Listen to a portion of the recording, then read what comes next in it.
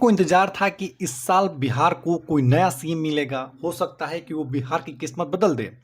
ये सब बात की बात है, लेकिन फिलहाल नज़र जो भी है वो है मैनिफेस्टो पे कि मैनिफेस्टो दोनों ही पार्टियों ने अपना अपना लॉन्च कर दिया है।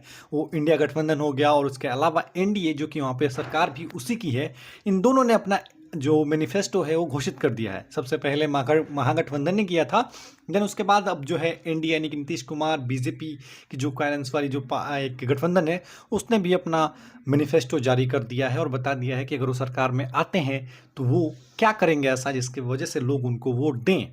खैर, इस वीडियो में हम वही देखेंगे कि इन दोनों के मैनिफेस्टो में क्या क्या बातें हैं जो मतलब जो प्रैक्टिकल हैं, जो पॉसिबल हैं कि ऐसा हो सकता है, या फिर इससे पहले उन लोगों ने क्या किया है। तुमको पता होगा कि बिहार इलेक्शन जो है हमेशा से ही जातिवाद के लिए फेमस है कि मतलब बिहार में दारू के नाम पे, पैसों के नाम पे, शराब के नाम पे, या फिर इसके अलावा जाति के नाम पर जो एक मुद्दा है कि उसके नाम पे लोग वहाँ पे वोट देते हैं। लेकिन इस बार एक चेंज हुआ है और वो चेंज ये है कि प्रशांत किशोर ने जन स्वराज पार्टी लॉन्च करी और उसके बाद से एक मुद्दा मतलब गहरा हो गया। उसमें ये था कि जो लोग पलायन करते हैं, बिहार से बाहर जाते हैं, वो रोज़गार का मुद्दा, वो पलायन रोकने की बात और शिक्षा की बात कहीं ना कहीं इस बार ऐड हो गई है।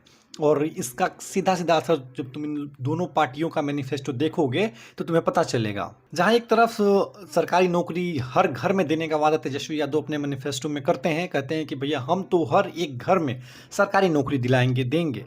वहीं दूसरी तरफ जो एनडीए ने अपना घोषणा पत्र जारी किया है तो उसमें उन्होंने कहा है कि हम जो है 1 करोड़ सरकारी नौकरियां देंगे। देखो, दोनों ने चुनावी पर्सपेक्टिव से अपने अपने जो पक्ष हैं बता दिए हैं कि हम जो अगर सरकार में आते हैं तो हम इतने सारे नौकरियां देंगे। एक ने 1 करोड़ नौकरी देने की बात की तो दूसरे ने ये कहा है कि हर घर में एक जन जो है उस सरकारी नौकरी में लग जाएगा, जो कि सुनने में इंटरेस्टिंग लग रहा होगा, लेकिन ये प्रैक्टिकली उतनी पॉसिबल नहीं है क्योंकि बिहार में ऑलरेडी 3 से 4 करोड़ ऐसे फैमिलीज होंगे और सबको एक एक नौकरी देना लिटरली पॉसिबल नहीं है। वहीं दूसरी तरफ जब एनडीए ये बात करती है कि वो 1 करोड़ सरकारी नौकरी देगी तो ये थोड़ा सोचने वाली बात इसलिए है क्योंकि इससे पहले जब उनकी सरकार थी, मतलब अभी उन्हीं की सरकार है एनडीए की ही, और वो लोग तो इस बात का विरोध करते थे तेजस्वी यादव जब ये कहते थे कि वो हर 10 लाख नौकरी देंगे, 50 लाख नौकरी देंगे, हर घर में नौकरी देंगे। तो क्या 1 करोड़ नौकरी हर एक घर में एक आदमी की नौकरी देने के बराबर है? तुम्हें लगता है ऐसा? क्योंकि जो तेजस्वी यादव है वो कह रहा है कि भैया हर घर में 1 करोड़ एक एक जन को नौकरी दे देंगे, जो कि अगर फैमिली वाइज देखोगे तो लगभग 3 करोड़ के आसपास तो ऑलमोस्ट होगा ना।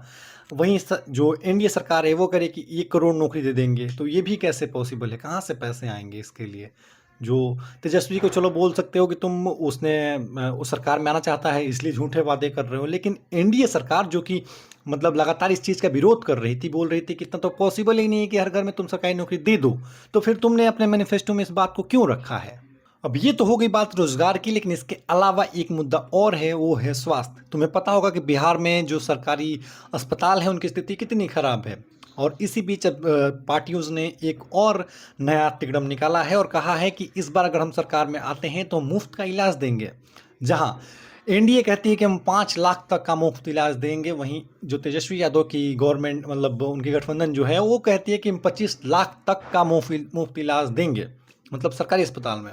और ये दोनों वादे अब तुम्हें पता होगा कि कितना प्रैक्टिकल होगा। अब जब सरकार आएगी तो पता चलेगा, क्योंकि 5 लाख तो एनडीए कह रही है ठीक ठाक अमाउंट है, हो सकता है इतना फ्री कर दिया जाए, लेकिन 25 लाख कहना थोड़ा ज़्यादा हो जा रहा है, जहाँ तेजस्वी यादव को थोड़ा मेरिट पॉइंट कम मिलेंगे मेरे। और वहीं दूसरी तरफ बिजली का भी एक मुद्दा है जो सरकारें अपनी अपनी वादे कर रही हैं। उसमें एनडीए ने कहा है कि 125 यूनिट तक फ्री बिजली दी जाएगी हर महीने।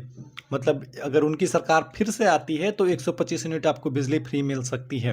अब तेजस्वी यादव ने इससे पहले जो घोषणा पत्र जारी किया था उसमें उन्होंने कहा कि वो 200 यूनिट फ्री बिजली जो है वो देंगे। अब बिजली का तो मतलब ठीक है, कहीं कहीं 50 यूनिट, 100 यूनिट, 150 यूनिट, दिल्ली में खासकर 100 यूनिट तक फ्री रहता था, लेकिन बिहार में इसको 200 यूनिट करने की बात तेजस्वी यादव ने कही है। वहीं जो एनडीए गवर्नमेंट है वो बोल रही है कि हम अगर सरकार में आएंगे तो 125 यूनिट फ्री बिजली आपको देंगे। अब इन सब के बीच ये तो उनका एजेंडा हो गया। देखो, जो उनके पूरे संकल्प पत्र आए हैं उसमें बहुत सारी बातें कही गई, ये बनवा देंगे, इधर मेट्रो चलवा देंगे, इधर मॉल बनवा देंगे, हर घर फैक्ट्री लगा देंगे, ऐसे ऐसे भी वादे किए गए हैं। एक मैंने और पढ़ा था जो एनडीए गवर्नमेंट के जो संकल्प पत्र है उसमें भी आया है कि वो हर एक जिला में एक फैक्ट्री लगा के देंगे, जिससे रोजगार का अवसर कहीं ना कहीं जिला में, प्रदेश में बनेगा। लेकिन कुछ दिन पहले अमित शाह ने खुद ये कहा था कि बिहार में ज़मीन है ही नहीं, यानी इसी वजह से वहाँ पर फैक्ट्रीज नहीं लगाई सकती। तो फिर उन्हीं के पार्टी ने कैसे प्रॉमिस कर दिया कि हर एक ज़िले में एक फैक्ट्री लगाई जाएगी? मतलब कैसे पॉसिबल है? सोचो कि एक बड़ा आदमी तुम्हारे पार्टी का ये बोल रहा है कि बिहार में फैक्ट्री नहीं लगाई जा सकती है, जहाँ पे जगह ही नहीं है। फिर उसी पार्टी के छोटे लोग जो हैं वो कह रहे हैं कि भैया हर ज़िले में एक फैक्ट्री लगा देंगे। भैया कहाँ से लगा दोगे तुम? फिलहाल इन सब के बीच तुम्हें क्या लगता है कि इस बार के बिहार चुनाव में क्या कुछ बदलाव होगा? क्या एक नई सरकार इस बार कहीं ना कहीं, चाहे प्रशांत किशोर की सरकार हो, चाहे तेजस्वी यादव की सरकार हो, बनती दिखाई दे रही है, या फिर से वहीं 25 से 30 नीतीश वाली बात होगी? तुम्हें क्या लगता है? कमेंट करके बता सकते हो। मैं मिलता हूँ तुमसे कल।